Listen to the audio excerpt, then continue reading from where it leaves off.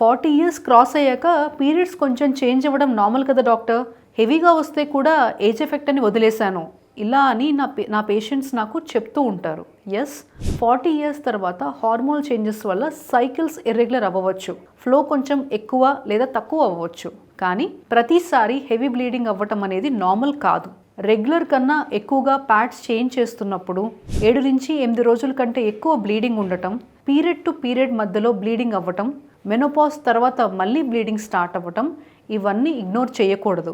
Endometrial cancer అంటే uterus inner లైనింగ్లో develop అయ్యే క్యాన్సర్. ఎర్లీ స్టేజెస్లో బాడీ హెవీ బ్లీడింగ్ ద్వారా సిగ్నల్ ఇస్తుంది. పెయిన్ యూజువలీ లేట్ స్టేజెస్లో వస్తుంది. ప్రాబ్లం ఏంటి అంటే చాలామంది విమెన్ ఏజ్, స్ట్రెస్, ఫైబ్రాయిడ్స్ అని అజ్యూమ్ చేసి మంత్స్ పోస్ట్పోన్ చేస్తారు. దానివల్ల డయాగ్నోసిస్ డిలే అవుతుంది. ఏజ్తో వచ్చే పీరియడ్ చేంజెస్ నార్మల్ అనిపించవచ్చు, కానీ అన్యూజువల్ బ్లీడింగ్ని ఇగ్నోర్ చేయకండి. ఈ చేంజెస్ రిపీటెడ్గా ఉంటే టైంకి డాక్టర్ని కన్సల్ట్ అయ్యి సరైన ట్రీట్మెంట్ తీసుకోండి.